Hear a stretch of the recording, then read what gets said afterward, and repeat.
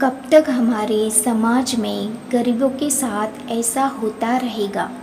मैं एक घर के करीब से गुजर रहा था कि अचानक से मुझे उस घर के अंदर से एक बच्चे की रोने की आवाज़ आई।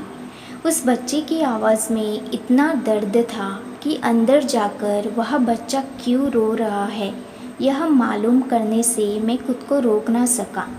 अंदर जाकर मैंने देखा कि एक माँ अपने 10 साल के बेटे को आहिस्ता से मारती और बच्चे के साथ खुद भी रोने लगती। मैंने आगे होकर पूछा, बहन जी, आप इस छोटे से बच्चे को क्या क्यों मार रही हो जबकि आप खुद भी रोती हो। उसने जवाब दिया, भाई साहब, इसके पिताजी भगवान को प्यारे हो गए हैं और हम लोग बहुत ही गरीब हैं। उनके जाने के बाद मैं लोगों के घरों में काम करके और इसकी पढ़ाई का खर्च मुश्किल से उठाती हूँ और यह कमबख्त स्कूल रोज़ाना देर से जाता है और रोज़ाना घर देर से आता है। जाते हुए रास्ते में कई खेल कूद में लग जाता है और पढ़ाई की तरफ ज़रा भी ध्यान नहीं देता है, जिसकी वजह से रोज़ाना अपनी स्कूल की वर्दी गंदी कर लेता है। मैंने बच्चे और उसकी माँ को जैसे तैसे थोड़ा समझाया और चल दिया। इस घटना को कुछ दिन ही बीते थे कि एक दिन सुबह सुबह कुछ काम से मैं सब्जी मंडी गया तो अचानक मेरी नज़र उसी 10 साल के बच्चे पर पड़ी जो रोज़ाना घर से मार खाता था। मैं क्या देखता हूँ कि वह बच्चा मंडी में घूम रहा है और जो दुकानदार अपनी दुकानों के लिए सब्जी खरीदकर अपनी बोरियों में डालते तो उनसे कोई सब्जी ज़मीन पर गिर जाती थी, वह बच्चा उसे फ़ौरन उठाकर अपनी झोली में डाल देता। मैं यह नज़ारा देखकर परेशानी में सोच रहा था कि ये चक्कर क्या है।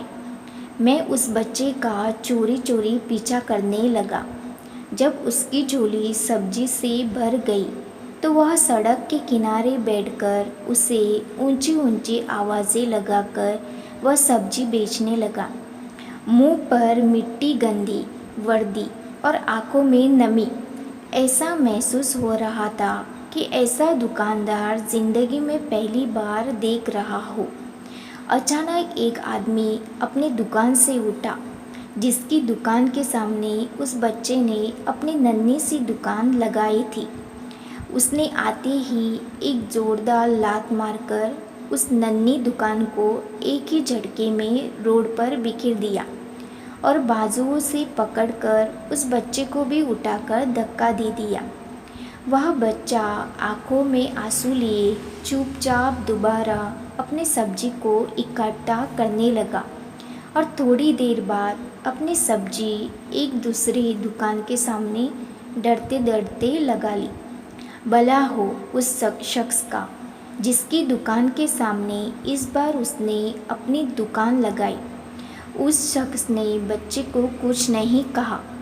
थोड़ी सी सब्जी थी, ऊपर से बाकी दुकानों से कम कीमत। जल्द ही जल्द बिक्री हो गई और वह बच्चा उठा और बाज़ार में एक कपड़े वाली दुकान में दाखिल हुआ और दुकानदार को वह पैसे देकर दुकान में पड़ा अपना स्कूल बैग उठाया और बिना कुछ कहे वापस स्कूल की ओर चल पड़ा और मैं भी उसके पीछे पीछे चल रहा था।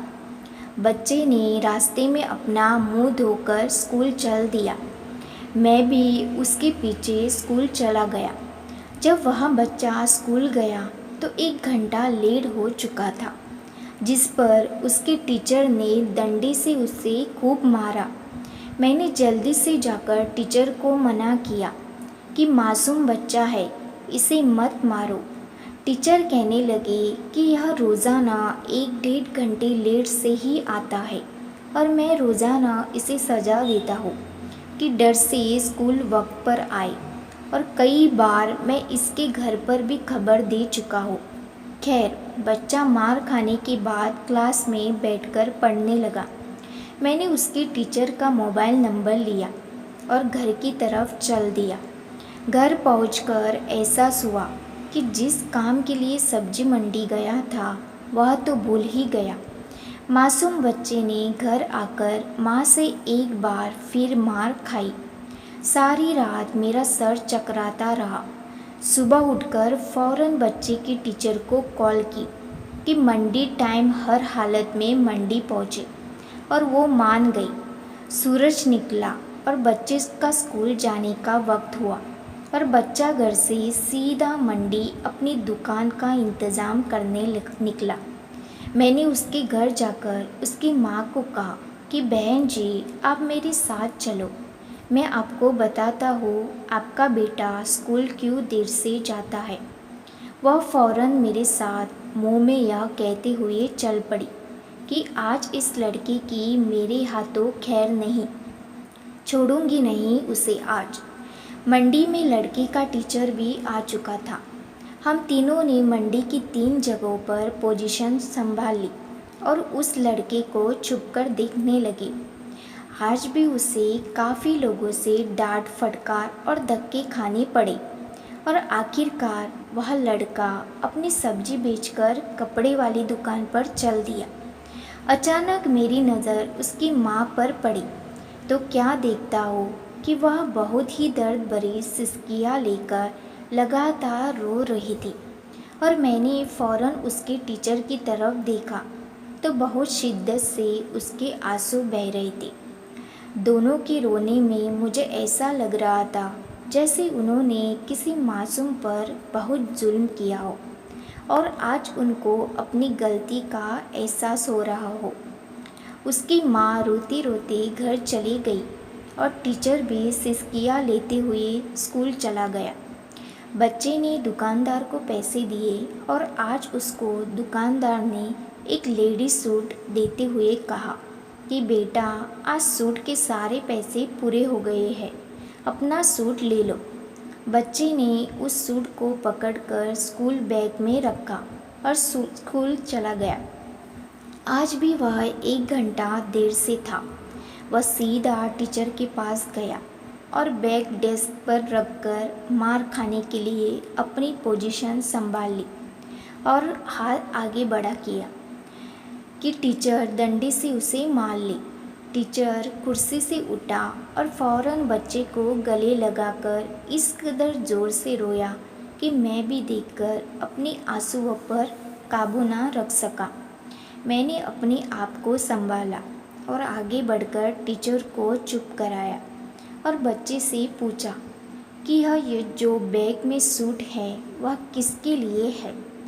बच्चे ने रोते हुए जवाब दिया कि मेरी माँ अमीर लोगों के घरों में मजदूरी करने जाती है और उसके कपड़े फटे हुए होते हैं, कोई जिस्म को पूरी तरह से ढकने वाला सूट नहीं, और मेरी माँ के पास पैसे नहीं हैं, इसलिए अपनी माँ के लिए यह सूट खरीदा है।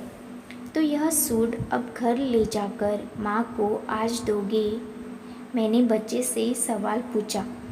जवाब ने मेरे और उस बच्चे के टीचर के पैरों के नीचे से ज़मीन ही निकाल दी। बच्चे ने जवाब दिया, नहीं अंकल, छुट्टी के बाद मैं इसे दर्जी को सिलाई के लिए दे दूँगा। रोज़ाना स्कूल से जाने के बाद काम करके थोड़े थोड़े पैसे सिलाई के लिए दर्जी के पास जमा किए हैं। टीचर और मैं सोचकर रोते जा रहे थे कि आखिर कब तक हमारे समाज में गरीबों के साथ ऐसा होता रहेगा। उनके बच्चे त्योहार की खुशियों में शामिल होने के लिए जलते रहेंगे। आखिर कब तक? क्या ऊपर वाले की खुशियों में इन जैसे गरीब का कोई हक नहीं? क्या हम अपनी खुशियों के मौके पर अपनी ख्वाहिशों में से थोड़े पैसे निकालकर अपने समाज में मौजूद गरीब और बेसहारों की मदद नहीं कर सकते?